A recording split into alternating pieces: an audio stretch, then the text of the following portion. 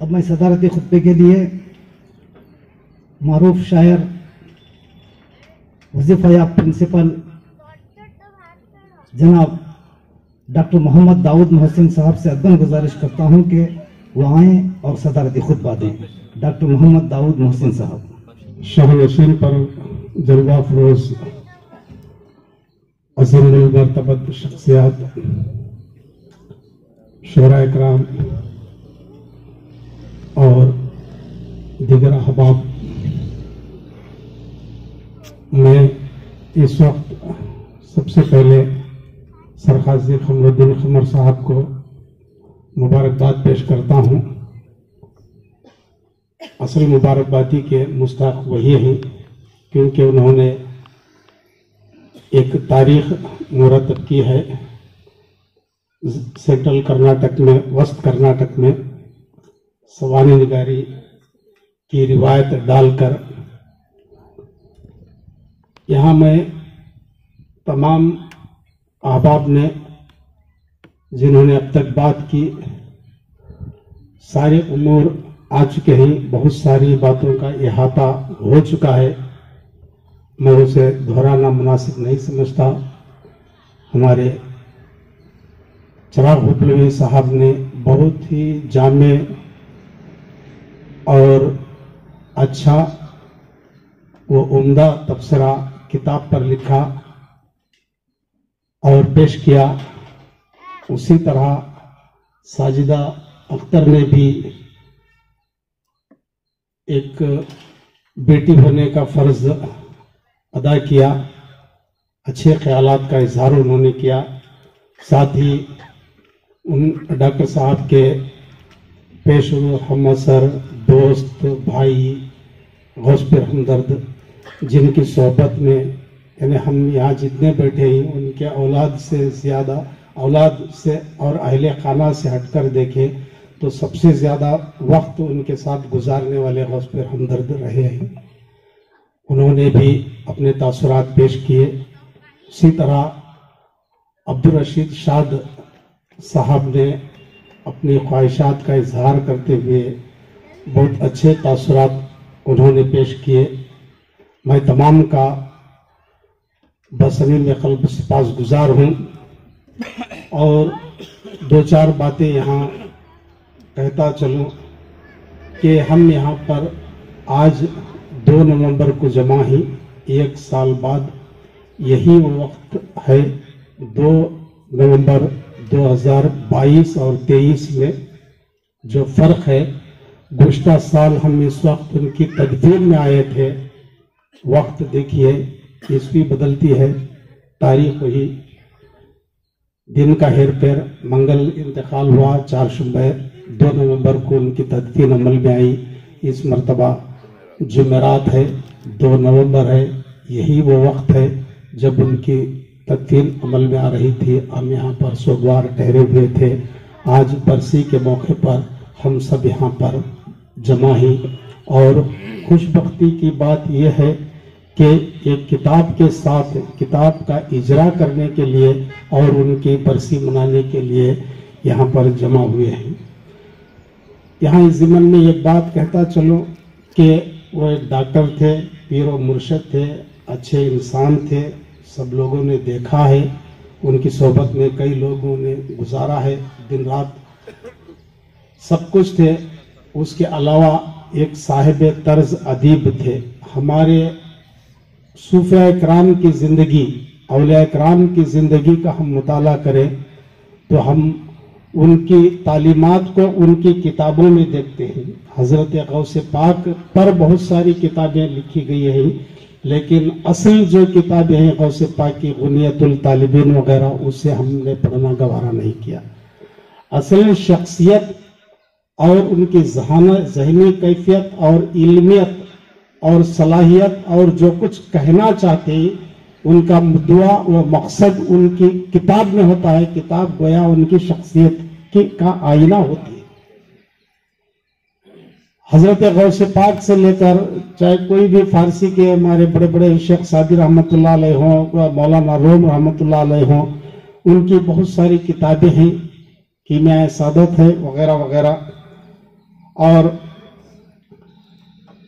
وہ عربی فارسی کے ساتھ ساتھ یہاں دور حاضر تک ہم آئے. کرناٹک کی ہی بات کریں تو حضرت خواجہ بند نواز گیسو دراز رحمۃ اللہ علیہ صاحب تصانیف گزرے ہیں. 100 کہا جاتا ہے 105 سال ان کی عمر تھی اور ان کی چھوٹی بڑی کتابوں کی تعداد بھی 105 تھی. اردو کے پہلے شاعر ہونے کا یہ اختلاف ہے، وہ الگ بحث ہے، لیکن اردو کا پہلا شاعر ان کو ہم مانتے ہیں. امیر خسرو اور ان کے بارے میں اختلاف پایا جاتا ہے. امیر خسرو کی زبان میں عربی اور فارسی کی کثرت ہے، جبکہ ہندوی ہے، جبکہ ہمارے غوث حضرت بند نواز کے دراز رحمۃ اللہ علیہ کی زبان بہت ہی پاک ہے، صاف ہے. اس لیے یہ الگ الگ محققین الگ الگ نظریات پیش کرتے ہی وہ اپنی جگہ ہے. شمس الاشاق رحمۃ اللہ علیہ بیجاپور کے وہ جو ہیں ان کی بھی بہت ساری کتابیں ہیں. اب کتاب یہاں ان کی بھی کتابیں، میرے یہ بولنے کا مقصد یہ ہے کہ یہ بھی حضرت کامل پر ہی کتاب نہیں لکھی گئی، بلکہ حضرت کامل بذات خود صاحب تصنیف ہے. مخزن المعارف جس میں عرفانی اور صوفیانہ مضامین شامل ہے، وہ ان کی کتاب 240 صفحات پر مشتمل یہ کتاب 2019 میں ان کی منظر عام پر آئی اور کافی پذیرائی اس کی ہوئی اہل تصوف میں. اور اس کے بعد اور بھی ان کی تخلیقات ہیں، وہ انشاءاللہ آگے چل کر دیکھا جائے گا. بہرے طور گزشتہ یہ سرقاضی خلیل الدین کامل کی خوشبختی کہیے یا پورے خاندان کی، یہاں ایک بات میں کہنا چاہتا ہوں. انہوں نے 39 اشعار کا ایک شجرہ پیش کیا ہے، اس میں 3-4 نسلوں سے میں واقف ہوں، ان کے دادا باپ دادا سے. اس کے آگے کا تو مجھے علم نہیں ہے، لیکن ان تمام ان کی شخصیت، ان کا مرتبہ اپنی جگہ ہے، لیکن ادبی اعتبار سے اور علمی اعتبار سے ان لوگوں کو زندگی دینے والا اگر کوئی ہے پورے خاندان میں تو وہ سرقاضی قمر الدین قمر ہے.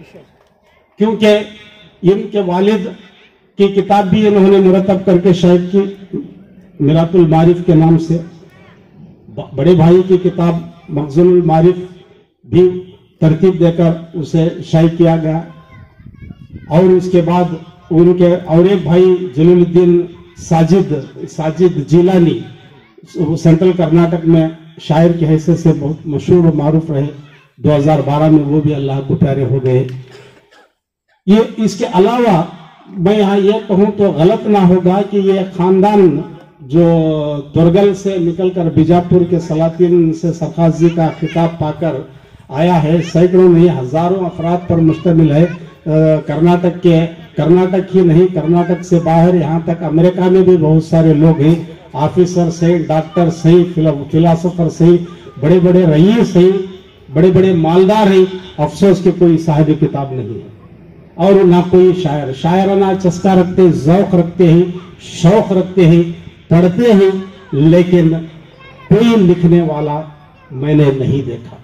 بہت سارے ان کے خاندان کے بہت سے افراد سے میری شناسائی ہے، ملاقاتیں ہیں، باتیں بھی ہوتی ہیں. میں بھی گویا اسی خاندان کا ایک فرد بن کر وہ مجھے چاہتے ہیں، لیکن ان تمام کو ابدیت دینے والا، ان کو منظر عام پر لانے والا فرد قمر الدین قمر ہی ہے. اس اعتبار سے ان کا پلہ سب پر بھاری قرار دیا جا سکتا ہے. اور میں دو ٹوک کہوں گا کہ اتنا بڑا شاعر، اتنا بڑا ادیب اس خاندان نے آج تک نہیں دیکھا. یہی واحد فرد ہے جن کی بدولت اس خاندان کو تقویت ملی اور سرقاضی خاندان کو ادبی، علمی اور مذہبی حلقوں میں شناسائی حاصل ہوئی. اس کے علاوہ اور دوسری بات یہاں پر یہ کہ سرقاضی خلیل الدین کامل صاحب کے تعلق سے میں نے بہت ہی کم لکھا ہے. البتہ ان کی وہ مخزن المعارف جو کتاب ہے اس میں طویل مضمون شامل ہے، اس میں بہت ہی کم